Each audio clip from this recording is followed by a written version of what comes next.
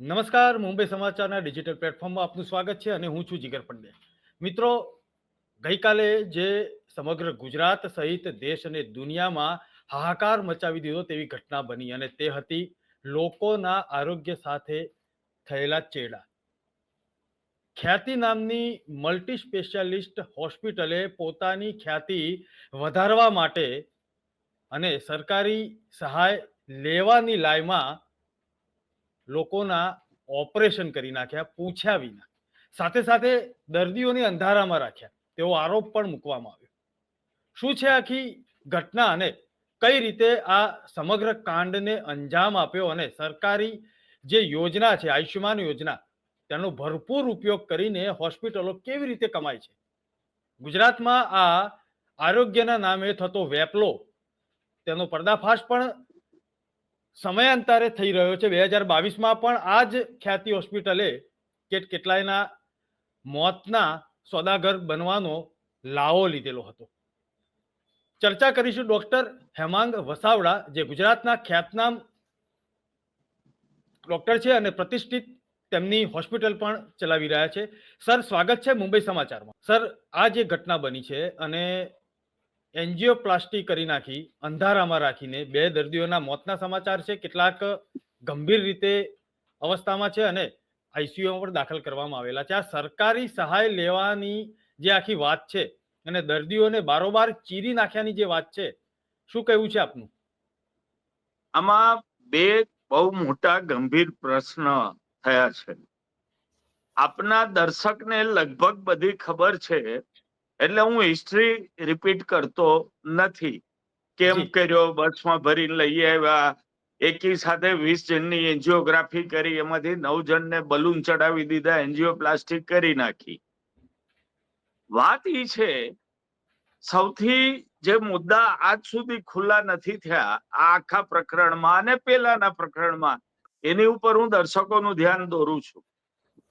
As a doctor મેં વારંવાર કીધું છે કે મા યોજના છે એ કોર્પોરેટ હોસ્પિટલોને ગ્રુમિંગ કરવા સરકારે ડાયવર્ટ કરેલું ફંડ છે.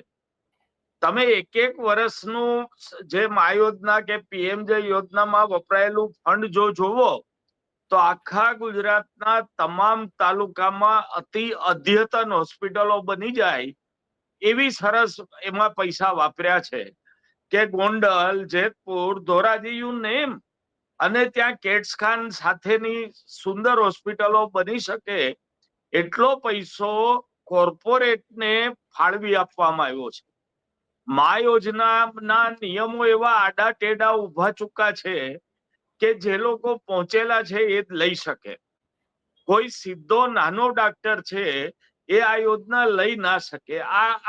એને જે આખું ડ્રાફ્ટિંગ છે એ કોર્પોરેટ અને વગદાર લોકોને મદદરૂપ થાય એવું ડ્રાફ્ટિંગ છે. મા યોજનાને લીધે બે વસ્તુ થઈ છે. પેલું, મફતમાં થાય છે એટલે દર્દીઓ તરત ઓપરેશન કરાવવા તૈયાર થઈ જાય છે. અરે ભાઈ, શરીર તમારું છે, મફતમાં થાય એટલે કરાવી નાખવાનું, શરીર તો તમારું. અને બીજી બાજુ ડોક્ટરો અને મોટી હોસ્પિટલો જે કેસ મેડિકલ ટ્રીટમેન્ટથી સારા થતા હોય એવા કેસને પણ ઓપરેશનમાં કન્વર્ટ કરી નાખે છે. મેં વારંવાર કીધું છે કે મા યોજના કે પીએમજય યોજનાના તમામ કેસનું ફોરેન્સિક ઓડિટ થવું જોઈએ.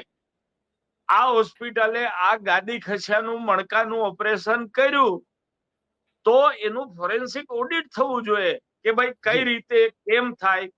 સરકાર એવું કે છે કે અમે ટીમ બેસાડી છે. ટીમ કોની બેઠી છે? એમબીબીએસ અને એમડી ડાક્ટરોની. કોઈ એક્સપર્ટ નથી. આ ગેરંટીથી હું કહું, ટીમમાં કોઈ એક્સપર્ટ નથી. એટલે નીચેથી મંજૂરીમાં આવે એટલે મંજૂર કરી દેવાનું. આ પહેલી વાત થઈ. હવે આપણે ખ્યાતિના હિસ્સા ઉપર આવીએ. એમાં જે બન્યું છે એમાં બે વિવાદ છે. હજી હું ત્રીજી વાતે કરીશ. પહેલો વિવાદ એ છે કે ગામડામાં કેમ્પ કર્યો, બસમાં બેસાડીને બધાને લઈ આવ્યા, એન્જિયોગ્રાફી કરી નાખી અને એમાંથી 9 કેસની એન્જિયોપ્લાસ્ટી કરી નાખી. મંજૂરી કઈ રીતે મળી એ પણ તપાસનો વિષય છે. એવું શું અર્જન્ટ હતું કે સવારે આવ્યા ને સવારે જ મંજૂરી આપી દીધી ખ્યાતિ હોસ્પિટલને 9 જણને 9 ની મંજૂરી લઈ લીધી છે PMJ માંથી, એવું એમના મેનેજમેન્ટનું કેવું છે. અને જે ભોગ બનતા છે એનાય કુટુંબનું કેવું છે કે અમારા કાર્ડમાંથી 1,27,000 રૂપિયા કપાઈ ગયા. એક જાણકારી પ્રમાણે 1.5 લાખ રૂપિયા કપાઈ ગયા છે તેવો સ્વજનોએ દાવો પણ કર્યો છે.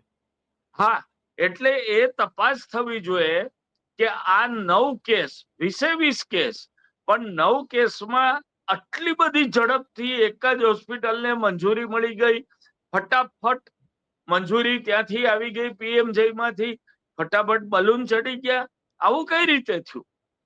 એટલે માત્ર હું હોસ્પિટલને જવાબદાર નથી ગણતો, હું સરકારી તંત્રને પણ જવાબદાર ગણું છું. બીજી મને બહુ નવાઈજનક બાબત એ લાગી કે medical council of India, Gujarat medical council 12 કલાકમાં ચિત્રમાં આવી ગઈ, 12 જ કલાકમાં. રાજકોટમાં આવો જ એક પીડિયાટ્રિક્સ હોસ્પિટલનો બનાવ બન્યો હતો. આજ સુધી મેડિકલ કાઉન્સિલ એની ઉપર એક્શન નથી લીધા. અમે જયારે મેડિકલ કાઉન્સિલ સાથે વાત કરી ત્યારે અમારી પાસે પુરાવા નથી, અમારી પાસે કાગળ નથી, અમારી પાસે આમ નથી, કાગળ આવશે એટલે અમે તપાસ કરીશું, આવા જવાબ મેડિકલ કાઉન્સિલે આપ્યા. આમાં કેમ 12 કલાકમાં? કારણ કે ઉહાપો થયો, મીડિયામાં ખૂબ આવ્યું, દેશભરના મીડિયાએ બતાવ્યું, માટે મેડિકલ કાઉન્સિલ ઓફ ઇન્ડિયા પણ આમાં અચાનક અર્જન્ટ ચિત્રમાં આવી. ભૂપેન્દ્રભાઈએ હુકમ કર્યા છે કે સરકાર ફરિયાદી બનશે. મારે એ પૂછવું છે કે સરકાર શું કામ ફરિયાદી બને છે? ભોગ બનનારના પરિવાર વાળા છે જ, ટીવી ચેનલો ઉપર ઇન્ટરવ્યુ આપે છે, ભણેલ ગણેલ લોકો છે, તો એની પાસે ફરિયાદ લખાવો ને. સરકાર પોતે ફરિયાદી બને એટલે ચટ પણ મારી અને પટ પણ મારી. આપ વાત સમજ્યા? ફરિયાદી જો કુટુંબીજનો બન્યા હોય તો એ લડવાના, આ તો ચટે મારી પટે મારી, એટલે સરકાર ફરિયાદી બને છે. આ અતિ સ્પષ્ટ મુંબઈ સમાચારની ચેનલ ઉપર હું બહુ જવાબદારીથી આરોપ કરી રહ્યો છું કે જ્યારે સગાવાલા છે. સર, એવું કહી શકાય, હું આપને વચ્ચે રોકું છું, એવું કહી શકાય કે પેલી જે વાર્તા નાનપણમાં ભણેલા છે લગભગ તમામ ગુજરાતીઓ કે 2-4 રીંગણ લઉં, અરે ભાઈ લો ને 8-10, જે દલા તરવાડીની જે આખી વાત જે છે આ એના જેવું જ લાગી રહ્યું છે. ચોક્કસ મા યોજનામાં ખૂબ જ ભ્રષ્ટાચાર ચાલે છે. એક જ સમયે એક ડાક્ટર 3 જગ્યાએ પેશન્ટો દાખલ કરે છે, 2 જગ્યાએ પેશન્ટ દાખલ કરે છે, અને એ જ ગામમાં નહીં હો, એક જ ગામ હોય તો હજી એ સમજાય, જુદા જુદા ગામમાં એનો રેકોર્ડ હોય છે. રાજકોટ, અમરેલી, સોમનાથ, વેરાવળ, જુનાગઢ, એક જ ડાક્ટર બધી જગ્યાએ. ડાયાલિસિસ થાય છે, ડાયાલિસિસ નેફ્રોલોજીસ્ટે કરવાના હોય છે. એક નેફ્રોલોજીસ્ટ 2 હોસ્પિટલમાં 3 હોસ્પિટલમાં 30 ડાયાલિસિસ રોજ કરે, અને હોસ્પિટલ જુદા જુદા ગામની. કઈ રીતે એ થાય? કોણ ડાયાલિસિસ કરે છે? ઘણા બધા પ્રશ્નો મા યોજનામાં ઉભા થયા છે. પણ મા અને PMJ જેમ બીજી બધી સરકારી યોજનાઓ ચોક્કસ જગ્યાના આશીર્વાદથી જેમ લૂંટે છે પ્રજાને, એમ આ યોજના પણ પ્રજાને લૂંટાઈ રહ્યા છે. વગદાર લોકો મા યોજનાનો ભયંકર લાભ લે છે. 30 બેડની હોસ્પિટલનો તમે ડેટા જોશો, 62 દર્દી દાખલ હશે, 62 patient at a time. Bed કેટલા? તો કે 30. કેમાં થાય છે? કોઈ જવાબદારીથી ફોરેન્સિક એનું ઓડિટ થતું નથી. ડોક્ટરોની સ્પેશિયાલિસ્ટની ટીમ રિટ્રોગ્રેડ પણ તપાસ કરતી નથી કે આ કેસને ઓપરેશનની જરૂર હતી કે નહીં, કેટલી ઇમરજન્સી હતી. આ જ બધી વસ્તુનો લાભ ખ્યાતિ હોસ્પિટલના મેનેજમેન્ટે લીધો છે. સગાવાલા કે છે કે દર્દી હાલતા ચાલતા હતા, તો એવી શું અર્જન્સી હતી કે સવારમાં લઈ આવ્યા, દાખલ કરી દીધા, એન્જિયોગ્રાફી કરીને સાથે સાથે પ્લાસ્ટિક કરી નાખી? What was emergency? આ તપાસમાં ક્યારેય ખુલવાનું નથી. કારણ કે 1.5 દિવસથી હું જે તપાસનો તબક્કો અને પોલીસની જે ગતિવિધિ જોઉં છું એ લીપાપોતીની છે. જેમ હરણી કાંડમાં લીપાપોતી થઈ, TRP ગેમ ઝોનમાં થઈ, મચ્છુમાં થઈ, એમ આમાં ખ્યાતિ કાંડમાં પણ લીપાપોતી થશે. કારણ કે સરકારના સીધા આશીર્વાદ છે. જી, એક જે કેમ્પની અંદર જે ગયેલા એક હતા દર્દી, તેમનું એવું કહ્યું છે કે મારે ઘૂંટણમાં હતી તકલીફ અને તરત જ મારો કાર્ડિયોગ્રામ કાઢ્યો અને હું સમજી ગયો કે આ કંઈક જુદું થઈ રહ્યું છે અને હું તે હોસ્પિટલમાં ન ગયો બીજા દિવસે જ્યારે આ લક્ઝરી લેવા આવી ત્યારે, અને હું બચી ગયો છું. એટલે કે પોતાની જાતને નસીબદાર માની રહ્યો છે અને તેને સવાલ પણ કર્યો કે ઘૂંટણમાં તકલીફ હતી ને કાર્ડિયોગ્રામ શું કામ કાઢવાની જરૂરત પડી. બીજા એક સ્વજને એવું કહ્યું કે આંખમાં તકલીફ હતી અને કાર્ડિયોગ્રામ અને ઈસીજી ને જે એની જે આખી એક જે પદ્ધતિ જે છે તે કરી લેવામાં આવી. ધડાધડ આયુષ્યમાન કાર્ડમાંથી 1.5 લાખ રૂપિયા કપાઈ ગયા, મેસેજ આવી ગયા. આ આટલું ફટાફટ કઈ રીતે થયું? આપે જે કહ્યું કે ગુજરાત કાઉન્સિલ, મેડિકલ કાઉન્સિલ, એણે ગઈકાલે જે લેટર આપ્યો છે તેમાં લખેલું છે કે આ ડોક્યુમેન્ટ આપવું, ડોક્ટરોની માહિતી આપવી, કેટલા ઓપરેશન થયા, શું થયું, કેમ થયું, આ આખી જે પદ્ધતિ અને સવારથી સાંજ સુધી જે અપડેટ આવી રહી હતી તેમાં એક સમજવું છે કે આ જે આરોગ્ય અધિકારી મહેસાણાના એવું બોલી ચૂક્યા છે કે એક જિલ્લામાંથી હોસ્પિટલ બીજા જિલ્લામાં જો કેમ્પનું આયોજન કરે તો તેને કંઈક એસઓપી પ્રમાણે કંઈક મંજૂરી લેવી પડતી હોય છે, તે નથી લીધેલી. તેવો ખુલાસો પણ સામે આવેલો છે. સૌથી પહેલી વાત કરું કે કેમ્પ એટલે સેવાના નામે થતી પ્રવૃત્તિ. પડદા પાછળનો ખેલ જોયો, ઘણી બધી હોસ્પિટલોનો પડદા પાછળનો ખેલ જોયો, આપણે જોયો. કેમ્પ જે છે, આ બદલે કેમ્પ જે છે એની કોઈ મંજૂરી લેવાની જરૂર નથી. મહેસાણાના જે કોઈ અધિકારીએ જે કીધું હોય, કોઈ એવી એસઓપી જાહેર થઈ નથી સરકાર તરફથી. કેમ્પ કરવો ન કરવો એની કોઈ ગાઈડલાઈન નથી. ઘણી બધી સંસ્થાઓ કેમ્પ કરે છે, ઘણી બધી સંસ્થાઓ કેમ્પ સાથે સારવાર પણ કરે છે, પણ મા યોજનામાં જ્યારે કેમ્પ કરવાનો આવે અથવા કેમ્પના દર્દીઓને મા યોજનામાં લઈ આવવાની વાત આવે ત્યારે અમુક કડક નિયમો કરવાની મારી સરકારને ભલામણ છે. It was A red trap. જેમ દરિયામાં માછીમારી કરવા માછીમાર જાળ ફેંકે એમાં કેમ્પ જાળ ફેંકાણી હતી અને જેમાં 20 જણા પકડાઈ ગયા. આ પદ્ધતિ છે. મા યોજના અને પીએમજે યોજના મોટા ભ્રષ્ટાચારનું કેન્દ્ર બની ચૂકી છે. ચોક્કસપણે બહુ દાવા સાથે કહું છું, મોટા ભ્રષ્ટાચાર માટેનું. અને જે ભારતીય જનતા પાર્ટીની ચાહતી હોસ્પિટલો છે, જે એમને સંલગ્ન ડાક્ટરો છે, એને કમાણી કરી દેવા માટે જ આ યોજના ચાલે છે, દર્દીના લાભમાં ચાલતી નથી. અને આ યોજના કોઈ સરકારી યોજના નથી. લોકો સમજી લો, આ યોજના થર્ડ પાર્ટી એડમિનિસ્ટ્રેટર થી ચાલતી યોજના છે. સરકાર પૈસા નથી દેતી. સરકારે તો વીમો ઉતરાવી દીધો. 60% કેન્દ્ર રાજ્ય સરકારના, 40% કેન્દ્ર સરકારના. બજાજમાં અત્યારે ગુજરાતમાં બજાજ કંપનીમાં ગ્રુપ વીમો ઉતરાવેલો છે. 1 લાખ દર્દીનો વીમો ઉતર્યો હોય, 90,000 દર્દીઓને કોઈ સારવારની જરૂર ન પડે, 10,000 દર્દીઓની સારવાર થાય અને એ આંકડા મોટા અક્ષરે બતાવાય તો જે 90,000 દર્દીઓનો વીમો ફાજલ ગયો એ ક્યાં ગયો? બજાજના ખિસ્સામાં અને ત્યાંથી ઇલેક્ટોરલ બોન્ડથી કમલના ખિસ્સામાં. આ પ્રવૃત્તિ ઉપર નજર રાખવાની જરૂર છે. જી સર, એક વાત બીજી પણ સમજવી છે કે આ જે ગુજરાતનું આરોગ્ય તંત્ર એમ કહી શકાય કે ઓક્સિજન ઉપર છે ને તેવા અનેક આક્ષેપો પણ વિપક્ષે કરેલા છે.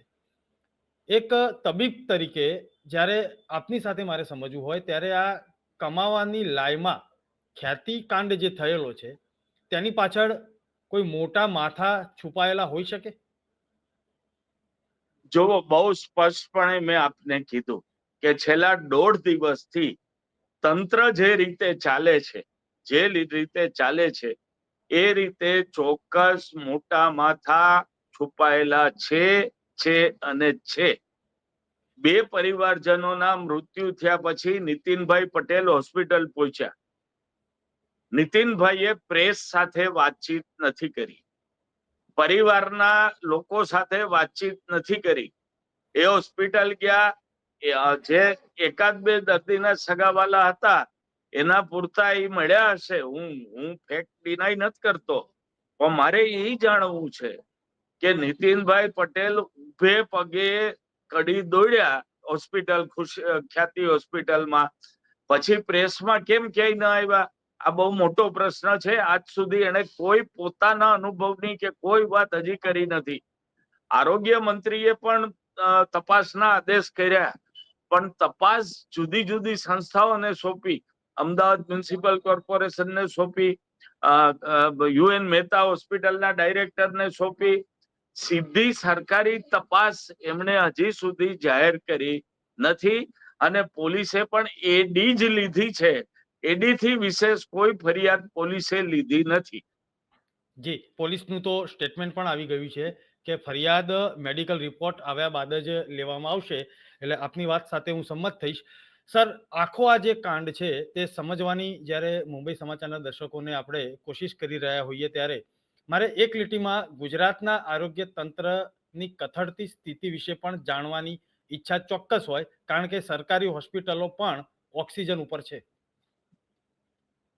સરકારની પ્રાઇવેટાઇઝેશનની નીતિ છે, ખાનગીકરણ, તમામ વસ્તુનું ખાનગીકરણ કરે છે. એ જ રીતે આ પીએમ જય અને આયુષ્યમાન કાર્ડ આપી અને એમણે કન્વર્ઝન ટુ પ્રાઇવેટાઇઝેશન શરૂ કરી દીધું છે સરકારી તંત્રનું, અને એના ભાગરૂપે તમામ સરકારી હોસ્પિટલો છે ખાડે ગઈ છે. રાજકોટની હોસ્પિટલમાં 18 મહિનાથી થેલેસેમિયાના ઇન્જેક્શન થેલેસેમિયાના દર્દીઓને મળતા નથી. ઘણી બધી મશીનરીઓ મૂક્યા પછી વપરાતી નથી. નર્સિંગ સ્ટાફ, મેડિકલ ઓફિસર અને હવે પ્રોફેસરો પણ, સિનિયર ડોક્ટરો પણ કોન્ટ્રાક્ટ બેઝ ઉપર છે. They are on contract base. સરકારમાં બધી જ કેડર સરકાર ખલાસ કરી રહી છે. અમારે ત્યાં પણ ઘણા પેશન્ટ સિવિલમાંથી ભાગીને આવે, ભાગીને. અમે સારવારના નામે જયારે કાગળ જોઈએ સિવિલના, ત્યારે મીંડું હોય છે. ક્યારેય કોઈ સિનિયર ડોક્ટર સાંજ પછી, રજાને દિવસે કે રાત્રે સિવિલ જાતો નથી. જુનિયરોના ભરોસે, મેડિકલ ઓફિસરના ભરોસે જ તમામ હોસ્પિટલો ચાલે છે. દર્શક મિત્રો, આજે ડોક્ટર હેમાંગ વસાવડા સાથે આ ખ્યાતિ કાંડ જે થયો છે અને તેની પાછળ કેવા કેવા પ્રકારના કૌભાંડ હોઈ શકે, આયુષ્યમાન કાર્ડ કે મા કાર્ડ હોય અથવા તો બીજી સરકારી યોજના હોય, તે જાણવાનો પ્રયત્ન કર્યો.